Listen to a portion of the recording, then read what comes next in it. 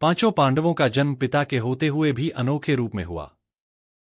एक बार राजा पांडु अपनी दोनों पत्नियों कुंती तथा माद्री के साथ आखेट के लिए वन में गए। वहां उन्हें एक मृग का मैथुनरथ जोड़ा दिखाई दिया। पांडु ने तत्काल अपने बाण से उस मृग को घायल कर दिया। मरते हुए मृग ने पांडु को शाप दिया, राजन, तुम्हारे समान क्रूर पुरुष इस संसार में कोई भी नहीं होगा।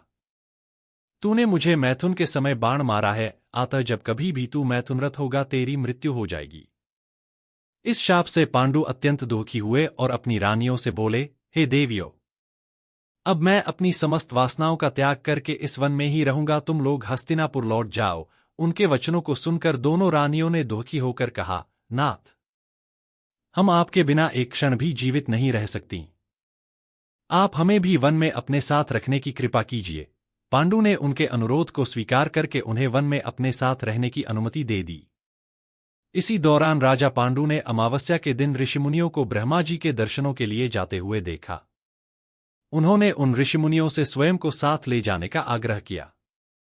उनके इस आग्रह पर ऋषिमुनियों ने कहा, राजन, कोई भी निःसंतान पुरुष ब्रह्मलोक जाने का अधिकारी नहीं हो सकता, अतः हम आपको अपने साथ ले जाने में असमर्थ हैं। ऋषिमुनियों की बात सुनकर पांडु अपनी पत्नी से बोले, हे कुंती, मेरा जन्म लेना ही व्यर्थ हो रहा है, क्योंकि संतानहीन व्यक्ति पितृऋण, ऋषिऋण, देवऋण तथा मनुष्य ऋण से मुक्ति नहीं पा सकता। क्या तुम पुत्र प्राप्ति के लिए मेरी सहायता कर सकती हो? कुंती बोली, हे आर्यपुत्र, दुर्वासा ऋषि ने मुझे ऐसा मंत्र प्रदान किया है जिससे मैं किसी भी देवता का आह्वान करके मनोवांछित वस्तु प्राप्त कर सकती हूं। आप आज्ञा दीजिए, मैं किस देवता को बुलाऊं? इस पर पांडु ने धर्म को आमंत्रित करने का आदेश दिया। धर्म ने कुंती को पुत्र प्रदान किया जिसका नाम युधिष्ठिर रखा गया। कालांतर में पांडु ने कुंती को पुनः 2 बार वायुदेव तथा इंद्रदेव को आमंत्रित करने की आज्ञा दी। वायुदेव से भीम तथा इंद्र से अर्जुन की उत्पत्ति हुई। तत्पश्चात पांडु की आज्ञा से कुंती ने माद्री को उस मंत्र की दीक्षा दी।